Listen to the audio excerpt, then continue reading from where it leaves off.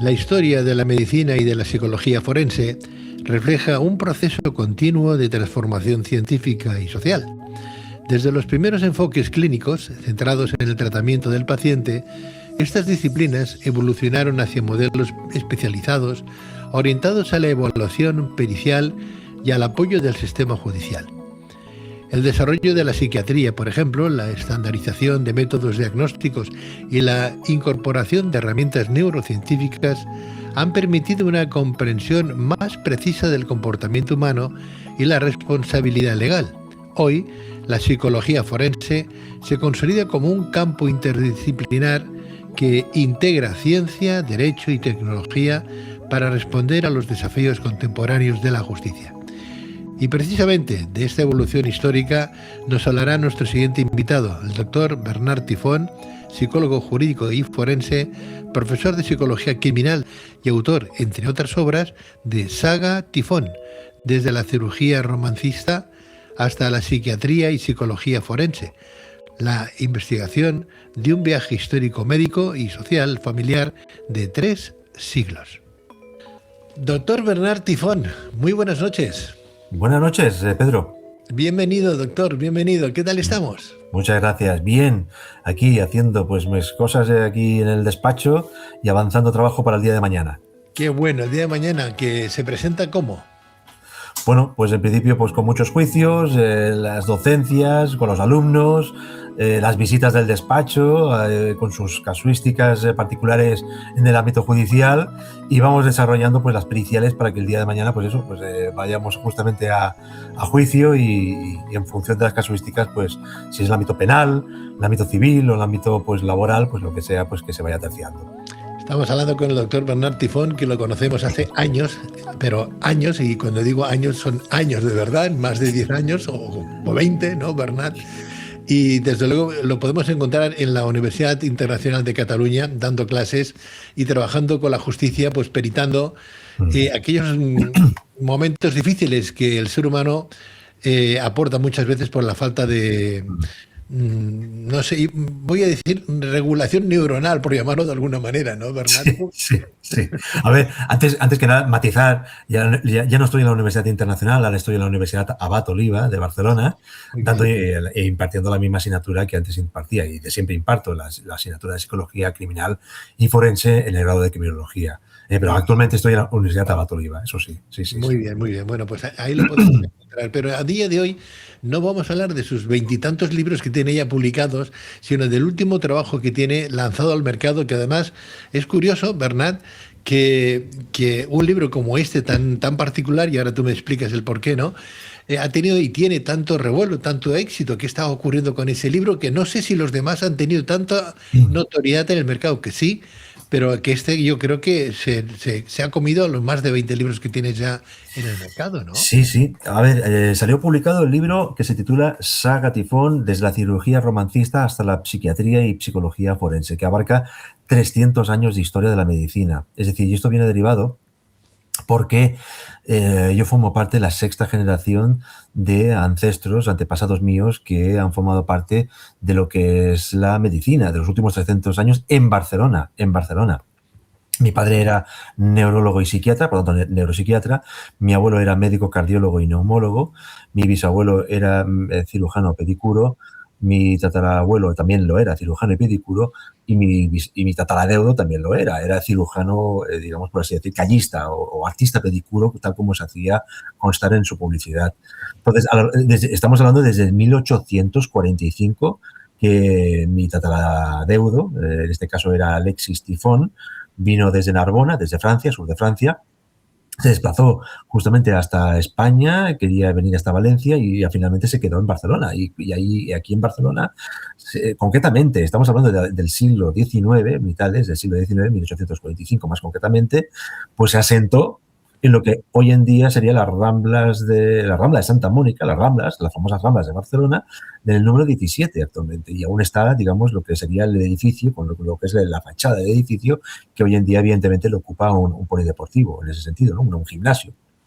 Pero Madre mía. durante 3 generaciones iniciales, estamos hablando de Alexis Tifón, como Roque Tifón, como Emilio Tifón, que eran respectivamente pues tatarabuelo, tatarabuelo y bisabuelo, permanecieron estas 3 primeras generaciones que se dedicaron a lo que sería a la pedicura, justamente, y luego ya después las 3 últimas generaciones, que era mi abuelo, mi padre y yo, pues actualmente, que aunque yo soy psicólogo, pero yo hice el doctorado en medicina legal y forense y por tanto soy la 3ª generación que pisa la actual hoy en día Facultad de Medicina de la calle Casanova de Barcelona, pues formamos parte de estas 3 últimas generaciones, con lo cual son 6 generaciones. Con lo cual el libro, de alguna manera, pues lo que se ilustra es la historia de la medicina, o una particular historia de la medicina, desde el punto de vista de una saga familiar que abarca, pues eso, pues más concretamente 5 generaciones. La mía, yo, que soy la 6ª, humildemente, pues no me he querido involucrar en ese sentido, notificando o ilustrando esta parte, sino que he querido honrar, mejor dicho, a las 5 primeras generaciones de mi saga familiar. 3 siglos curando Barcelona en ese ámbito médico, jurídico, cirujano, salud pública, etc. No me extraña que, bueno, unos mosqueteros, ¿eh? Desde tu primer tatarabuelo, tu segundo tatarabuelo, tu tercer tatarabuelo, lo digo a ti tatarabuelo por los siglos que han pasado, ¿no? Sí. Porque madre mía, claro, ya sabía yo que tú y yo teníamos una relación con Francia, no sé por qué, pero entre tus abuelos. Y mis amistades últimamente en San Sernín de Toulouse, pues está claro que te tienen que nombrar mosquetero mayor del reino. Sí. Bueno, de aquí, más concretamente, de aquí 15 días, justamente me entronizan como mosquetero, en todo caso, ¿no? Qué Pero bueno, bueno, qué bueno. es un halago y una honra, y me hace mucha ilusión y es un placer, justamente, que me entronicen como tal figura, pero no deja de ser, digamos, una anécdota de mi biografía personal como tal. Sí, sí. Está muy bien que la gente que nos han precedido, que son nuestros mayores, ¿no? Que además son los que valoran el espíritu, la formación, la información, el trabajo, la investigación, pues te nombren, te den un título, es igual el nombre que tenga, lo importante es que alguien se acuerde de uno, ¿no? Sí. Que le den a uno porque ahora no está de moda el valorar a los demás, no está de moda, con lo cual cuando encuentres a alguien que te valora, oye, hay que poner en un altar a esta gente, ¿no? A estos personajes, ¿no? Porque ya Sí. no.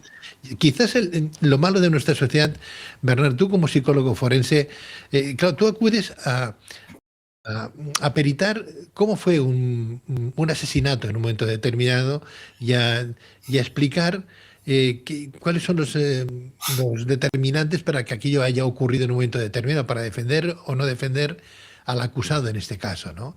Porque tanto Sí. la fiscalía como el derecho, como la defensa, pues acuden a ti pues para que des tu peritaje, ¿no? Sobre el particular, ¿no? ¿Cómo está el mundo a día de hoy con ese asunto?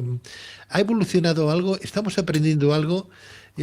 A diferencia de esos 3 siglos de familia médica, tú que has estudiado todos esos siglos por tu familia, ¿te das cuenta que el mundo va para arriba o el mundo va para abajo?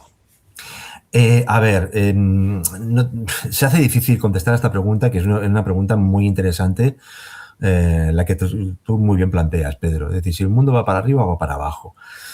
Yo creo que vamos por épocas, en ese sentido, ¿no? Es decir, que de alguna manera, y estas épocas son las que vamos viviendo coetáneamente, las que estamos viviendo, literalmente. Hoy vivimos en un mundo más bien muy digitalizado, muy mediatizado no solamente por las redes sociales, sino evidentemente por todas las pantallas.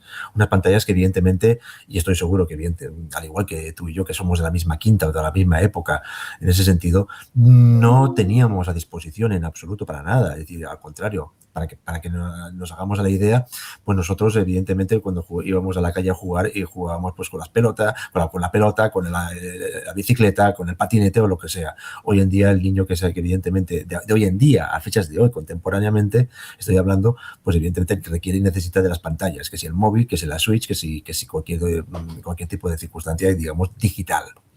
Y eso es lo que nos va marcando justamente las distintas generaciones. La influencia de las redes sociales, la influencia, digamos, de todo lo que es la dinámica de toda la digitalización de esta información hace que posiblemente hoy en día lo que antiguamente, ahora si quitamos el chupete a un bebé y antes lloraba, ahora le quitamos el móvil a un menor, pues evidentemente es cuando empieza a patalear y a enrabietarse, por así decir. Por lo tanto, ha existido un cambio, por tanto, de paradigma social en ese sentido. Claro, y todo esto, pues finalmente repercute a nivel social en general. Y muchas de las circunstancias, muchas de las casuísticas que yo me encuentro justamente pues en el ámbito jurídico y legal y forense, evidentemente no es por cuestiones del tema de las tecnologías de la información, ni mucho menos, no se trata de eso y tampoco quiero que se me confundan mis palabras, pero sí que de alguna manera posiblemente se acrecientan o se aumentan estos índices posiblemente de riesgo, de peligrosidad, que a lo mejor con antigüedad, o al menos con antigüedad sí que existían, pero no se daban a conocer con tanta más facilidad que hoy en día, porque hoy en día con las redes sociales y con la digitalización de las tecnologías de la información se da más a conocer ciertos tipos de comportamientos que hoy en día evidentemente son considerados ilícitos y antinormativos y antijurídicos. Por tanto, si va para más o si va para menos, se hace difícil de explicar desde un punto de vista judicial, porque a fin de cuentas, judicialmente, cada día en los juzgados de Barcelona, como en el resto del país, del Estado Nacional, hay juicios de cualquier tipo de índole. Posiblemente sí que te puedo decir que a lo mejor, debido a razón de estas nuevas tecnologías de la información que disponemos hoy en día, que antes no teníamos tanta disposición, pues se dan más a conocer. O sea que de aprender no hemos aprendido nada, entonces, Bernat. Aquí estamos. Hoy en día tenemos que, pues, se acucia mucho más o se da mucho más importancia al tema del ámbito laboral, las prisas, el estrés que viene derivado de lo que es el trabajo. Eso posiblemente hace que aumenten más los índices de agresividad. El poder compatibilizar el trabajo con lo que es las dinámicas familiares, personales, a veces hace difícil y hace que de alguna manera pues las familias tengan que hacer Tetris, literalmente Tetris, y hacer cambalaches y cómo de alguna manera combinar la parte profesional con la parte personal, pues hace que posiblemente este tipo de circunstancias aparezcan, pues el estrés, la ansiedad. Y de alguna manera el estrés y la ansiedad es el punto denominador común de muchas de las circunstancias, de las casuísticas que hacen que de alguna manera el sujeto, sea masculino o sea femenino, evidentemente puedan desarrollar un comportamiento más hostil o más agresivo. Lo que está claro, doctor Tifón, es que la sociedad no ayuda, los medios de comunicación no ayuda, el gobierno, la política no ayuda, porque cada día lo vemos ahí en los medios de comunicación, ¿no? En prensa, radio, televisión, que las disputas entre gobiernos, bueno, es que nadie aporta nada nuevo. Quiero decir que siempre estamos en las mismas, y yo más, y tú más, y yo no sé qué. Pues lo tuyo es malo sin haber estudiado ni saber cuáles son tus objetivos. O sea, siempre es el no por delante y la lucha, ¿no? Y la disputa, ¿no? Lo estamos viviendo ahora en el mundo globalizado. Unos se quieren quedar con Groenlandia, ¿no? Quieren dominar el mundo, aparte de interferir en conflictos y en guerras. Vemos lo que está pasando en Israel con Gaza. Quiero decir que hay como una disparidad de criterios, pero de criterios malos, negativos, o sea, no ayudan. Claro, entonces yo creo que el ciudadano ve aquellos inputs en televisión o en la radio, en la prensa, cuando las lee. Y claro, tomando en cuenta que cada medio de comunicación está tildado por una editorial propia a su partido o a lo que le exige el gobierno, porque tiene una línea política a seguir, porque tiene unas subvenciones y tiene que hacer caso a esas subvenciones, porque si no van y lo cierran ese medio de comunicación, con lo cual siempre decimos en este programa que no te puedes quedar con un medio, sino tienes que leerlos todos o estar pendiente de todos para sacar tus propias conclusiones, porque si no, ese pensamiento crítico deja de existir y te quedas solamente con una opinión que a lo mejor está muy sesgada porque pues es más de tendencias de derechas o es más tendencias de izquierda, y al final la casa sin barrer, ¿no? Al final el ciudadano va engañado. Bernat, vivimos en un mundo complicado. La OMS ya nos lo dice, que el 80% de la población anda un poco perdida. Sí. Entonces yo me pregunto, la neurociencia, la ciencia moderna, la psicología moderna, los inputs que hoy los médicos, los especialistas, como es tu caso, nos venís a referentar y a exponer, mm, mm, yo creo que juega un papel muy importante esa ciencia nueva, esa modernidad. ¿Ha incrementado algo en los estudios, en los avances científicos de la mente? ¿Conocemos más al ser humano para que ese tipo de cosas no ocurran? Pues a ver dónde vamos. A ver, sí, efectivamente, a ver, la ciencia o la disciplina, o digamos lo que es la, lo que es todo lo que es la comitiva ciencia académica como tal, evidentemente ha tenido un aumento en los estudios y un avance en los estudios académicos e investigadores en relación a lo que es la mente. Está clarísimo. Evidentemente, hoy en día, en el año 2026 en el que estamos, no es lo mismo, evidentemente, de los estudios de 1926, justamente hace 100 años o un siglo. Por tanto, estamos en un buen avance en ese sentido. Ahora, aplicado en el ámbito de la sociedad hoy en día, claro, pues de alguna manera, pues posiblemente hay un cierto desajuste por todo lo que los estudios de investigación dentro de lo que es la comunidad científica internacional, relacionado pues con el famoso DSM-5 y el CIE-10, de los trastornos mentales, que son digamos, las nomenclaturas oficiales para poder diagnosticar justamente pues un trastorno mental de cualquier tipo de país, pues están ahí ubicados. Ahora, de alguna manera, traspolado o trasladado al ámbito social, pues nos encontramos evidentemente pues con sujetos con este tipo de características, pues trastornos de personalidad narcisistas, como bien decías, que ahora todo el mundo tiene ganas de conquistar Groenlandia, como dices tú, ¿no? Por así decir.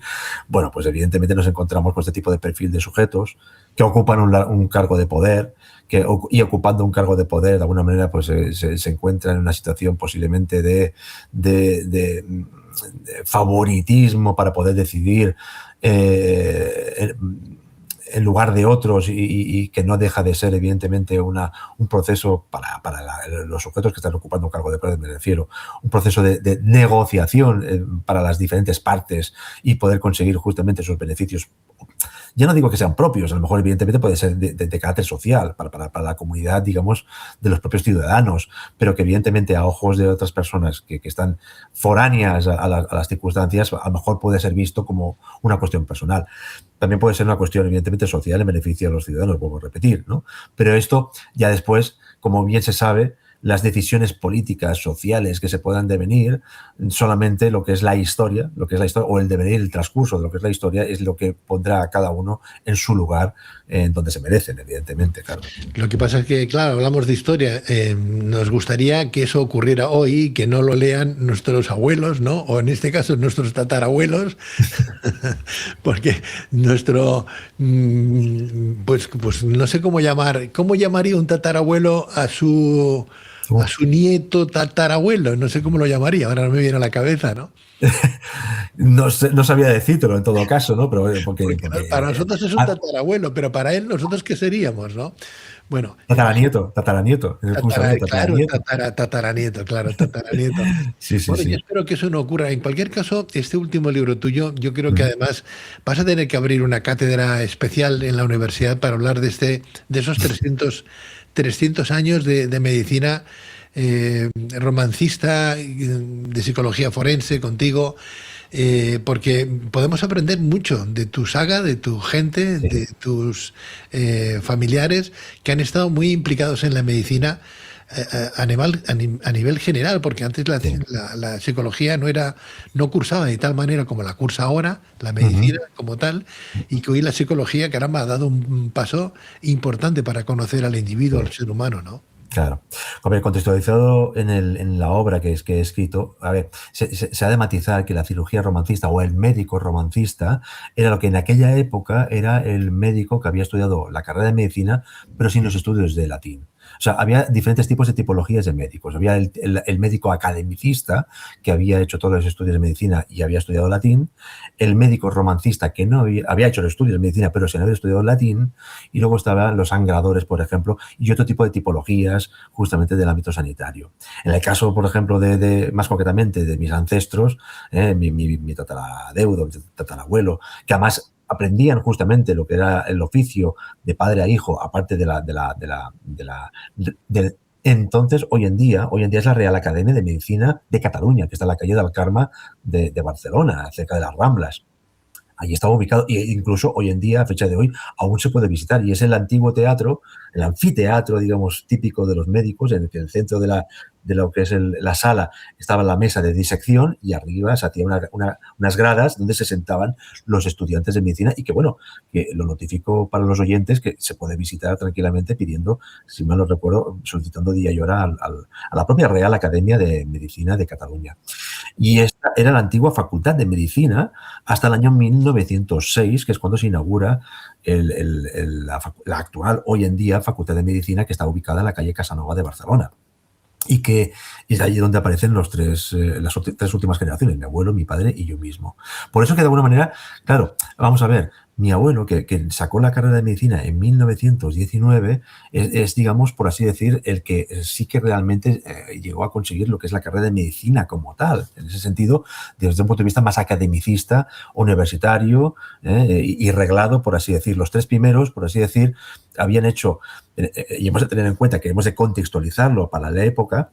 La carrera de medicina había, de aquella época me refiero del siglo XIX y inicios del XX, había mucho desorden. Unos desórdenes incluso que es que cuando el gobierno central de la época española, me refiero, promulgaba una serie de leyes a favor de un colectivo de médicos concretos, esto iba en detrimento de otros, con lo cual provocaba justamente muchos desajustes sociales, muchas revueltas por parte de unos y de otros, por aquello de que por qué a unos sí y a otros no. Por eso finalmente se unificó estos criterios como tal.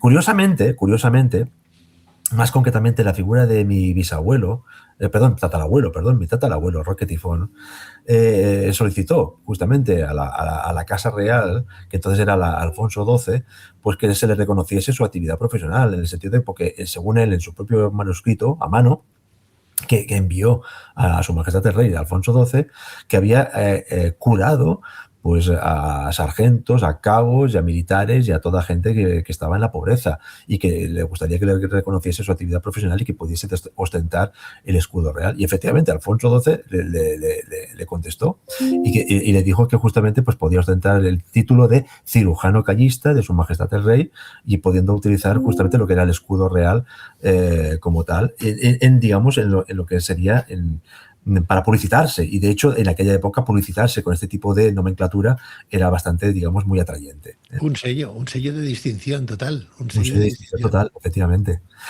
Mi bisabuelo, que era Emilio, que era el hijo de Roque, intentó llegar a conseguirlo y el pobre, pues de alguna manera, pues pensándose que de alguna manera ese título era, digamos, hereditario por cuestión familiar, pues estaba erróneo, era equívoco, que aquí lo tenemos aquí en la foto, más concretamente, y este era Emilio Tifón Vila, y que si podemos apreciar justamente detrás suyo parece ser que sea una especie, digamos, de sello que sea compatible con la Casa Real. Aquí lo tenemos aquí también.